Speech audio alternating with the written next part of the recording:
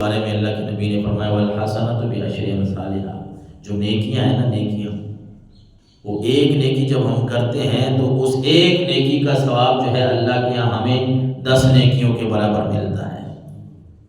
بلکہ انسان کی اگر نیت اچھی ہو تو اللہ کا فضل تو بہت ہے، ذالک فضل اللہ یؤتیہ من یشاء۔ انسان کی نیت جتنی خالص ہو اس سے بھی زیادہ ثواب اس انسان کو مل سکتا ہے۔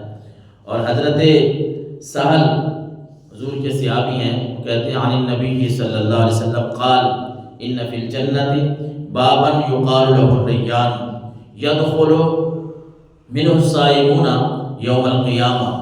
اللہ کے نبی صلی اللہ علیہ وسلم نے صحابہ کرام کو بتایا کہ جنت میں ایک ایسا دروازہ بھی ہے، ایک جنتی دروازہ ہے جس کا نام ہے ریان۔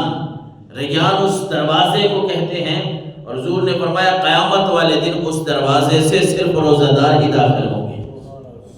روزہ دار کے لیے اللہ کے نبی صلی اللہ علیہ وسلم نے فرمایا روزہ رکھنے والے لوگوں کے لیے جو رب کی رضا کے لیے روزہ رکھتے ہیں، اللہ تبارک و تعالیٰ نے جنت میں ان کے لیے ایک دروازے کا نام رکھ دیا ہے۔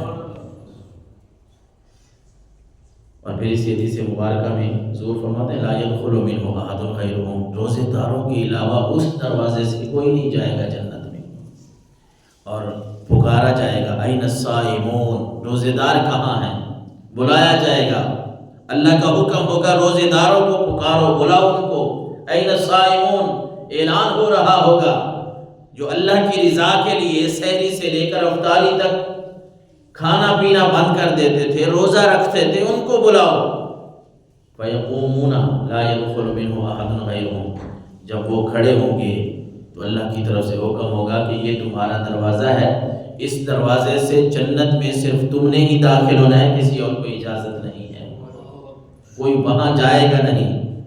اور یہ رمضان المبارک کا جو مہینہ ہے یہ ہمارے لیے ایسی برکتیں لے کے آتا ہے، بندہ گناہ بخشوانے والا ہو، بس بندہ گناہ بخشوانے والا ہو، اللہ کی رحمت تو اس کو آوازیں دے رہی ہوتی ہر وقت۔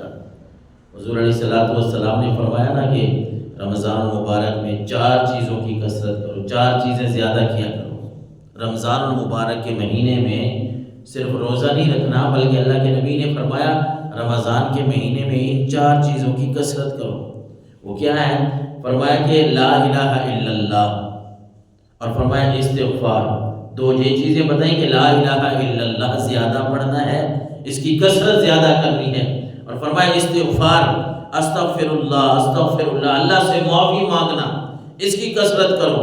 اور تیسری چیز فرمائی جنت کا اللہ سے سوال کرتے رہو، اور چوتھی چیز فرمائی کہ جہنم اللہ تبارک و تعالیٰ سے جہنم کی طرف سے پناہ مانگتے رہو، جہنم سے پناہ مانگو، یا اللہ ہمیں جنت دے دے، جہنم سے ہمیں پناہ دے دے۔ یہ 4 چیزیں اللہ کے نبی نے فرمایا کہ رمضان المبارک کے مہینے میں یہ 4 چیزیں کثرت سے کرو۔ کون سی ہیں؟ بھلا لا الہ الا اللہ پڑھنا ہے، لا الہ الا اللہ ہو، لا الہ الا اللہ اس کی کثرت کریں، اور فرمایا استغفر اللہ اس کی کثرت کریں، جنت کا سوال کریں، جہنم سے معافی مانگیں رب العالمین سے۔